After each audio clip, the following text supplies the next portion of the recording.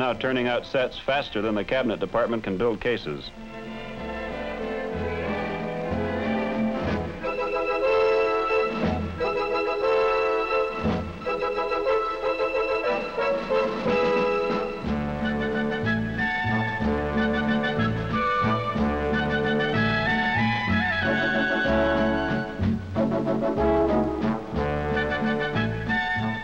The people who work in the plants, ranging from trained engineers who have come home from the cities to young apprentices, have all got a spiritual investment that can't be matched with money. This, on a small scale, is the way the Alliance for Progress is supposed to work.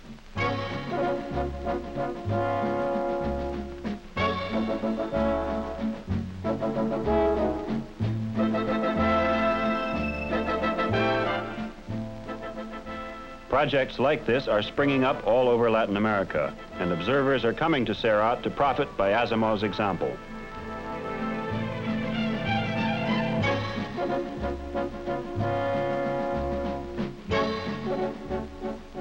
And knowledge is the real currency here. By the time this corn processing plant is completed, all of the original 5 making food, radios, shoes, ceramics, and wood products will be operating. Local people are already raising money for 2 more.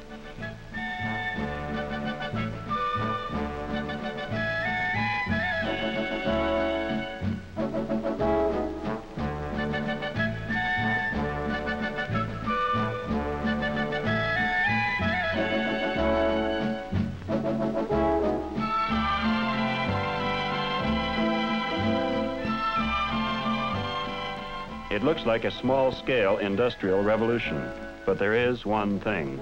This is a backward area, and the question remains how far such industrial development can go if it is not supported by a matching agricultural revolution.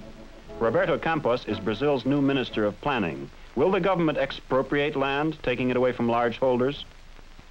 Oh yes, that would be necessary, certainly, in some of the areas in which there is pressure on land, and in which there is a great degree of, a high degree of social bitterness, so that expropriation and redistribution will become necessary. Fortunately, in the Brazilian case, those are rather limited areas, 4 or 5 areas throughout the country. For the majority of the country, what one needs is a good agrarian policy and a good tax system that would encourage the productive use of land and encourage voluntary redistribution of land to escape the tax burden. Expropriation will be a limited remedy for certain areas, but it will certainly be necessary, and it will certainly be done. We are thinking really of 3 different instruments of agrarian reform adapted to regional conditions.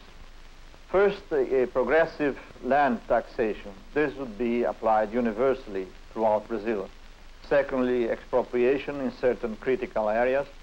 And thirdly, colonization to occupy vast tracts of land which are still unoccupied.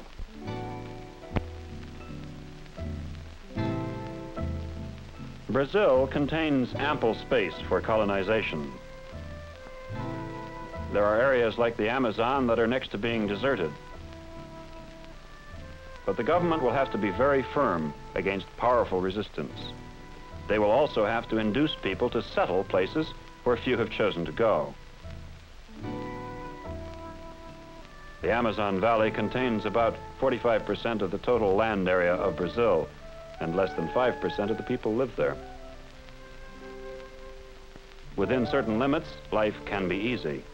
There is swampy jungle, but also lots of high ground. The economy is stagnant, but the individual settler can always find a market for his jute, or palm oils, or Brazil nuts, or wood.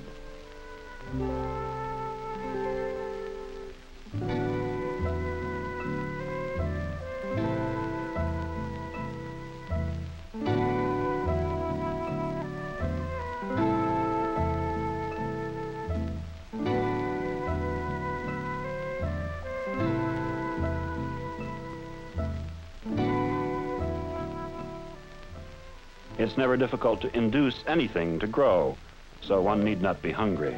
On the other hand, the range of diet is limited, so one is seldom properly nourished. The death toll of many tropical ailments has been reduced, but others remain. Disease is mysterious, a thing to be tolerated. Life is cheap.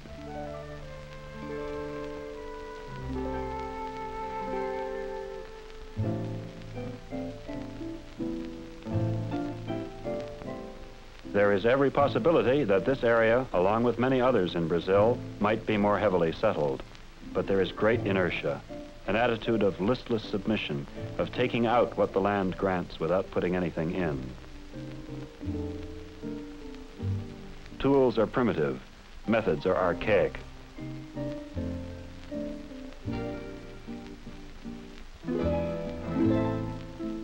Partly, the difficulty may come from things being so ready to hand. Basically, all you have to do is cut into a rubber tree, the rubber drips out, and you can catch it and sell it.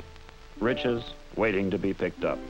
So at the end of the 19th century, there was a rush to the Amazon rubber forests like the Alaska gold rush. But then the bubble burst, and the flow of rubber from the Amazon dropped to a trickle. There was a blight that hit the trees. Someone planted rubber trees in the Far East. Prices dropped. The prospectors left.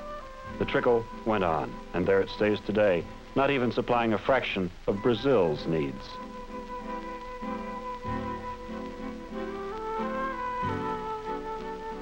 The story of Amazonian rubber is a classic because it matches the pattern of so many other Brazilian booms.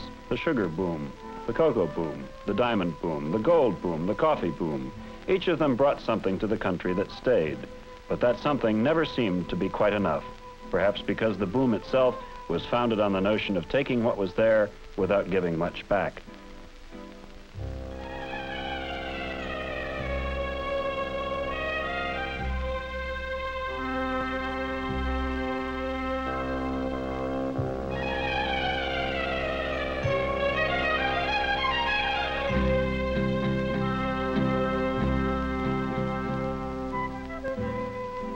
Each of the boom and bust products has had to be rediscovered and started up again on a different basis. There is symbolic irony in the fact that the most promising research on how to lick the rubber tree blight is being done by a private American company in the Brazilian state of Bahia, a couple of thousand miles from the Amazonian rubber forests. In the Amazon, the trickle goes on, and the land waits for development. And life itself goes on. The waterfront at Manaus contains a whole trading city floating on logs. This is as things should be, for the waterways are the main arteries of the region.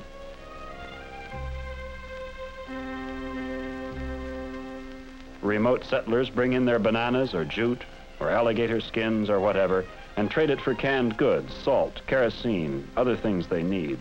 Usually they are in debt to the trader. The trader gives them credit, and he himself gets credit from larger exporting firms. This is all right. Brazil floats on debts.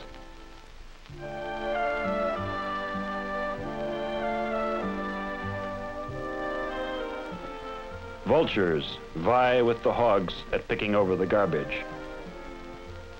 The vulture as a street cleaner is a respected bird in Brazil.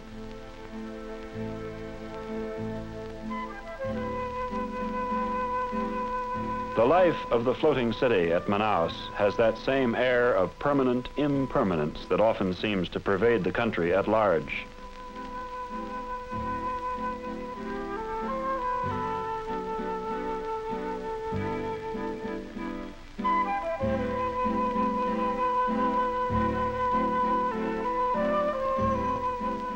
Things were better once. Perhaps they will improve again.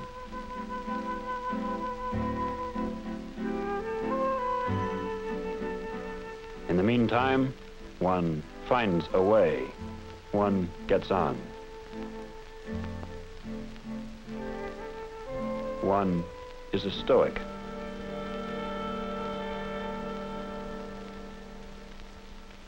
In the upper city, the part that is based on dry land, there is a stronger echo of past glories, of the faded graces belonging to another time, another people.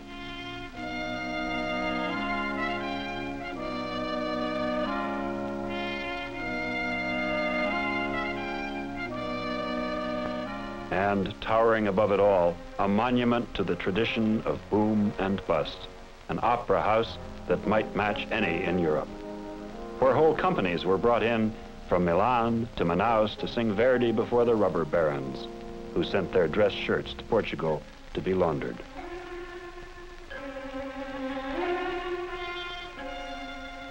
In the plaza before the Opera House, a new generation plays soccer. Their vibrant energy does not quite silence melancholy echoes of the past, past triumphs, past mistakes.